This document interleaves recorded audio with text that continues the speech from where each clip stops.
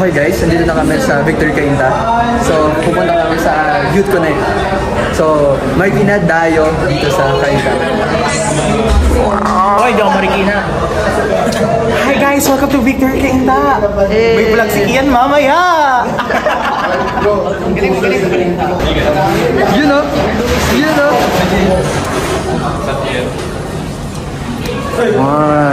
Si Kuya Prince, oh. Daming friends. Kuya Charlie eh. Pogi. Basta bro.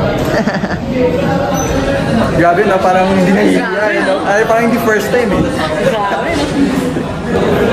We sir, love the city. What's up yun? Para guys.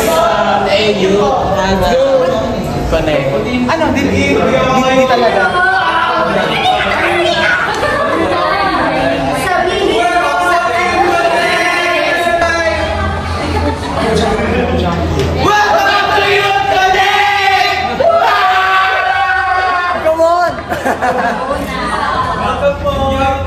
What's up, bro? Good ba? Hello po. What's up?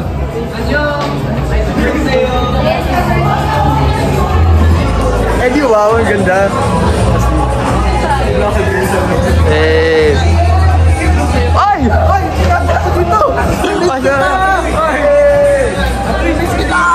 Dito! Dito! Picture na yun. Andito pala kayo? Dito pala kayo? Gano'n. Hello po! Hello Peter! Subscribe to my channel! Anong shoutout mo yung channel? Victory Channel Bag. David Harris. Ito si Kuya David, vlogger din.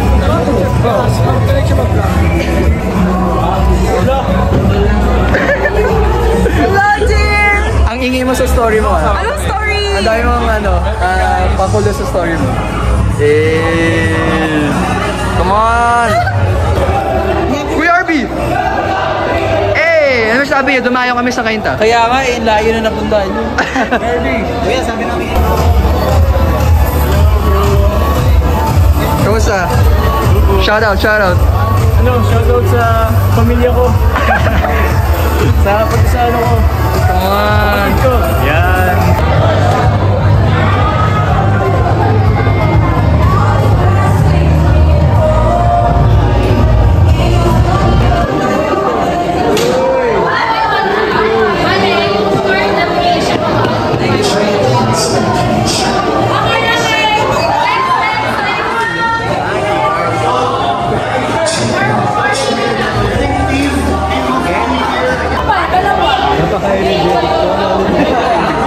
Ang energetic mo?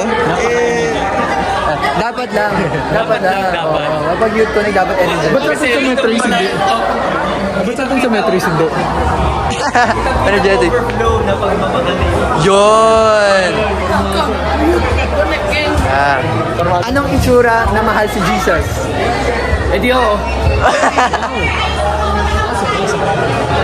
Sama kayo sa vlog ko. Guys, si Kuya Charlie. Subscribe to Kian's vlog. Yun! Ano ba kayo gusto yung shoutout? Shout out sa mga taga-Cainta. Salamat sa pagsuporta sa akin last election. Let's go! Kuya Charlie.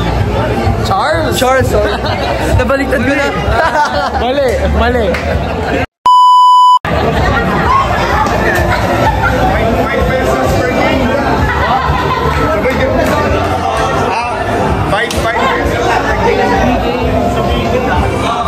Hi, gang! God loves you. Come on! Ate Alexis, ano masasabi nyo sa Victory Cainta? Amazing ako dun sa laro. Background niya. Gusto ko sumali. Saan kayo pwede? Pwede nga. Pwede yung shoutout. Sino gusto yung shoutout? Shoutout. Kanino? Victory Cainta! Okay. Shoutout sa Victory Cainta.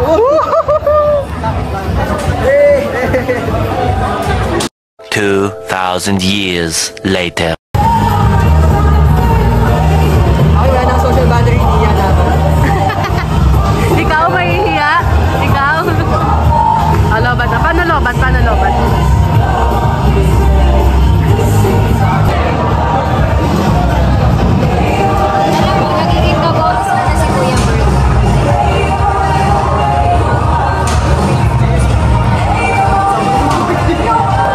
gusto niyo shoutout? Shoutout sa family ko, sa lahat ng kakilala ko. Pinay kayo. Shoutout po sa nanay ko. Hello po. Ako may shoutout. Shoutout kay Lord. Yo! Yes! Parang emergency. Ano friend? Ano ba mo? Ate Mia! Hello!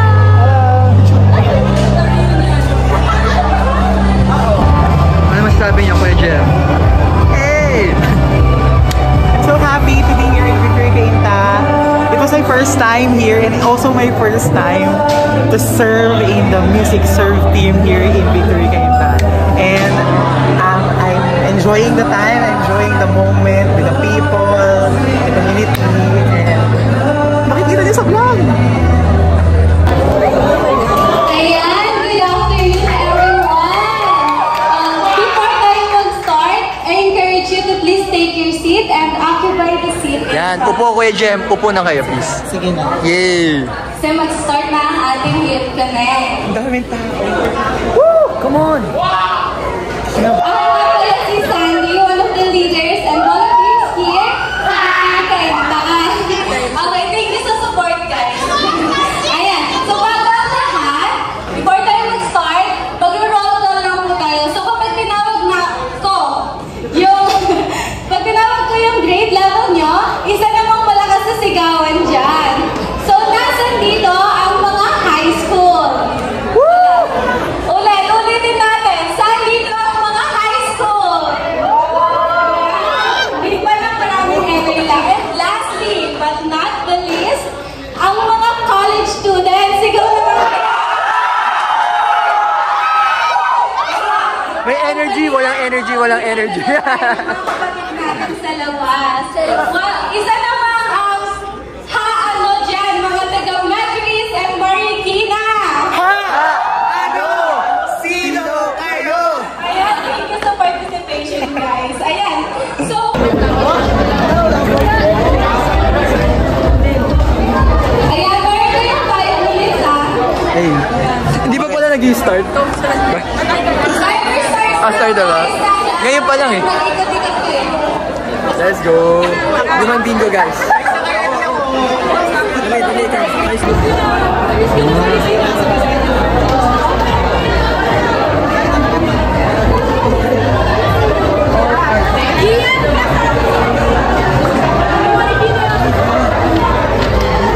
Thank you, thank you. Shoutout sa vlog. Hey. Ano name mo? I'm yan. Oh, Yellow Team. Yellow Team siya. Leader ng Yellow Team. And they won. Walben. Let's go! Let's go! Ayan. Ano sa inyo, Ate Ina? Tambayan ng bahay. Yun! Thanks, Ate. Bro, meron ka ba dito?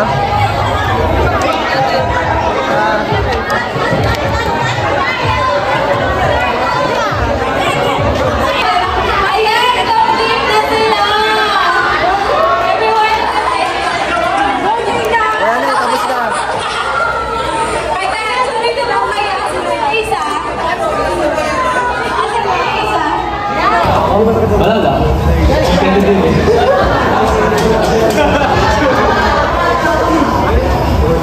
Thank you po.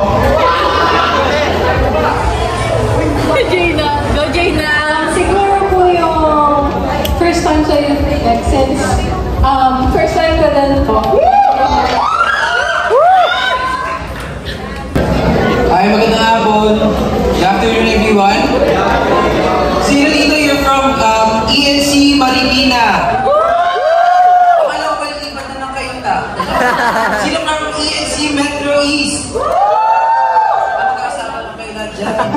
Hindi na ko pa iniisip eh. Nasaan ko yung mga taga Marikina, taga Cainta? So, hello. Ayan, magandang hapon. Ako si Kuya RB, one of the campus missionaries here. Why don't we all stand up?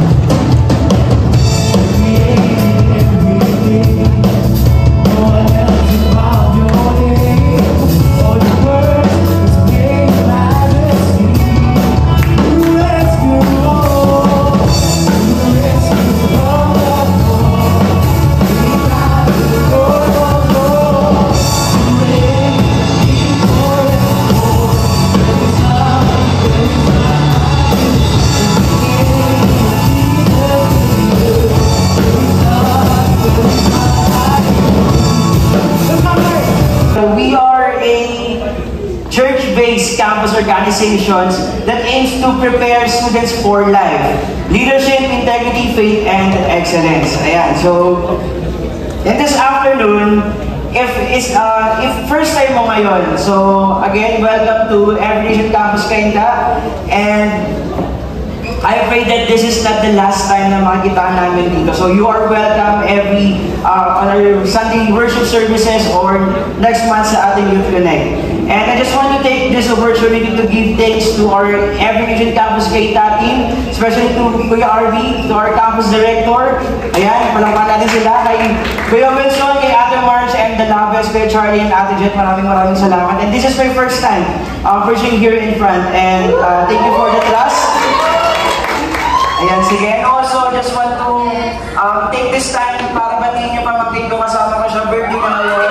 Happy birthday, Sam. So, nagtatanong kasi siya, so hindi ko daw siya binabati. So, ito na yun. Nire-reserve ko na pala dito. Hari ng buong mundo, hindi siya umasta na bossy. May kilala ba kayong bossy or demanding? O, hindi siya yun. Okay. Hindi siya nagpunta dito para kapasutusan tayo. Hindi siya nagpunta dito para kapasutusan lahat tayo dito. Alam mo kung anong ginawa niya? Alam niyo ba? Hindi? Siyempre, ito sasabihin ko pa lang eh. Yung ginawa niya, nag-serve siya.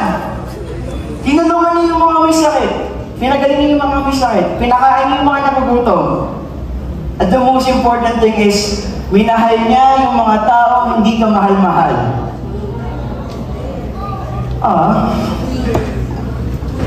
At yun yung pinakamalaking tulong na ginawa niya. Ibinigay niya yung buhay niya para sa atin. Jesus died on the cross para mapatawad tayo at magkaroon tayo ng relationship sa Diyos Ama. And then from our King Jesus' servanthood, we will see two important things. First one is, Jesus saved us by serving us and suffered doing so. Let me read from the book of... Imagine this. Someone who loves you so much that they are willing to go through the pain, sadness, and even death just to save you. If there's one person who is willing to do that, to love you even if we are not deserving, to be with you wherever you are, that is only Jesus can do. So in this verse, Jesus was telling to his disciples what was going to happen to him soon, he said, he would suffer, he would be rejected, he would be killed, but after 3 days, he would come back to life. Not to be treated like a king, but to serve like a servant. That's exactly what Mark 10 verse 45 says. The Son of Man came not to be served, but to serve and to give his life as ransom of many. Kapag yung hari o yung leader ng isang bansa or isang lugar, may gusto niyang protektahan yun, ang gagawin niya is, kapag may isang bansa na gustong sumako, maggagawa siya ng mga weapons, kumbaga he will build his like army teams, hindi yung fan ng BTS sundalo. Kumbaga, paghahanda nila mag-training sila para sa isang gera, para if dumating yung araw na may sasakop sa kanila, ready sila. Hindi siya nagdala ng armas, hindi siya nagdala ng sundalo. Alam niyo ba kung ano ginamit niya? Forgiveness, new life, peace, hope, love. Imagine yun yung dala-dala niya. Going to a battle na supposed to be us. Going to a mission na dapat tayo. Pero kahit ganon, sa mission na ginawa ni Lord, ni Jesus, may dugo pa rin natapon. Hindi dugo na ibang tao, kundi dugo niya mismo. Bakit? Kasi kailangan niya tayong iligtas. Hindi lang mula sa mga kaaway sa labas, kundi sa kasalanan na naglalayo sa atin sa Diyos Ama. Si Jesus mismo ang nag-sacrifice, namatay siya para sa iyo, para sa akin, para sa ating lahat. Pero, hindi nagtatapos doon. But it shall not be among you, but whoever would be great among you must be your servant, and whoever would be first among you must be your slave, must be slave of all. True leadership means serving. True leadership means serving, and Jesus is the best example. In God's kingdom, the greatest people are not those who are served, but those who serve. Ulitin ko. In God's kingdom, the greatest people are not those who are served, but those who serve. And teacher, have washed your feet. You also ought to wash one another's feet. For I have given you an example that you also should do just as I have done to you. Imagine this. Jesus, the Son of God, washed disciples' feet. During those time, yung paa nila, hindi sila nakasapatos eh. So imagine this, kung gaano kadumi yun, na naglalakad sila sa mabuhangin, sa maputik, na nakasandals lang. Imagine yung smell, yung ganong paa. Huwag ka umuhin yung paa ng katabi mo, hindi yan yun. Diba? Imagine na after mong maglakad sa mahabang lugar na kung saan, yun nga, mabuhangin, madumi, nakasandals ka lang, nakachinelas ka lang for many longer of hours, gano'n kaya kadumi yun? Diba? If Jesus was willing to do that job of the servant to show love, we can expect that sometimes following Him means choosing love even it is hard. If Jesus was willing to do the job of servant to show love, even He is the King of the Kings, Lord of Lords, He is powerful, but He washed the feet of His disciples. So that we can expect that sometimes following Him means choosing love even when it's hard. Yes, you may feel left out na ikaw lang yung nakakilala kay Jesus. You may feel na you are out of the circle or have to make hard choices to do what is right. But don't worry. Even if it is tough, even it is hard, it is all worth it. Help me to follow you all the days of my life. Lord Jesus, I accept you as my Lord and my Savior. Have you ever done something kind for someone? Tara guys, kilala ko muna yung sarili ko. Ako si Zylon. Hi Zylon. So ako sa mga volunteers here in Victory Cainta. So let's have our small group discussions. Ano yung na-preach kanina? So let's have the first question. Maroon. Ikaw yung Maroon. Ikaw yung... Ha? Ano? Super. Good lang. Yun o.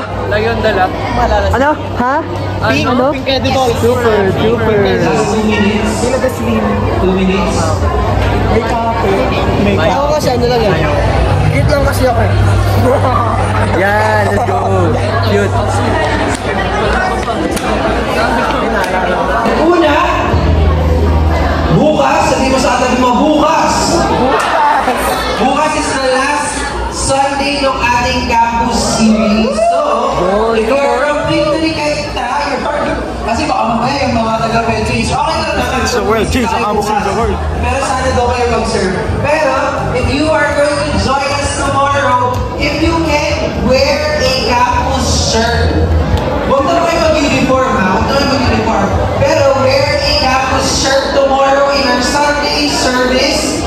Our Sunday services are at 9 a.m. Sa inyo sa katabi mo. Wala, Ate Marge? Pag nakapunta na dito, hindi na lalabas. Hindi na nakakalabas pag pumunta na kayo. Let's go! Thanks, Kuya RB.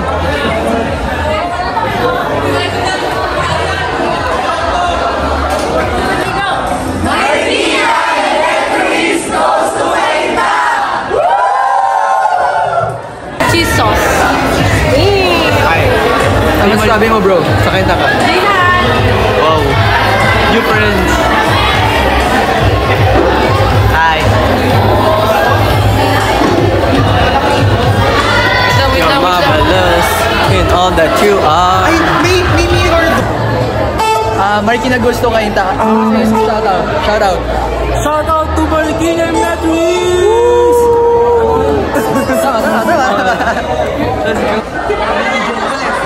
Guys, dito sa Kainta, 8 ang aircon. Grabe, binigyan ko. 8 ang aircon. Malamig kasi umuulan. Yun! Pag walang aircon, Kuya RB? Impyerno. Sorry. Cheers to! Sorry. Guys, thanks for watching. Marikina goes to Kainta. Next gen. Oh, let's go. Like, share, subscribe. Let's go. Come on!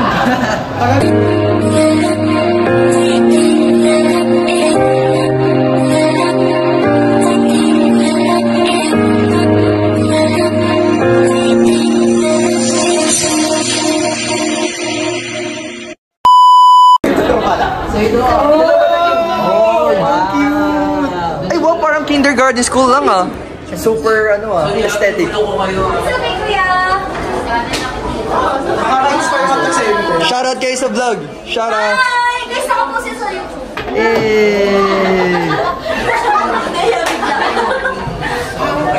Wow! Jan what?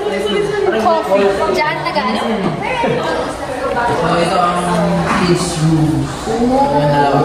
Grabe. Very young. Praying next time sa Marikina, may ganito din tayo. Kahit dito na lang. Pero Kian's room. Yes, bro. Ay, nasa likod ng stage. Nasa likod ng stage. Hindi pa nakita, no? Sino bang makita? Akit pa kayo ulit?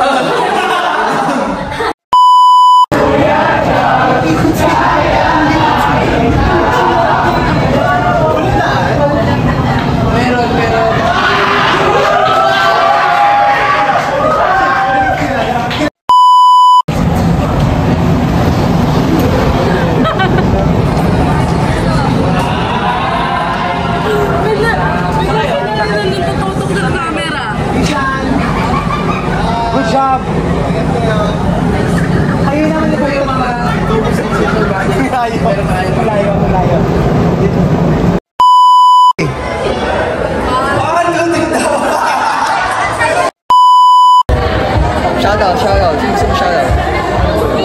Gusto mo, shout out? Shout out, bro.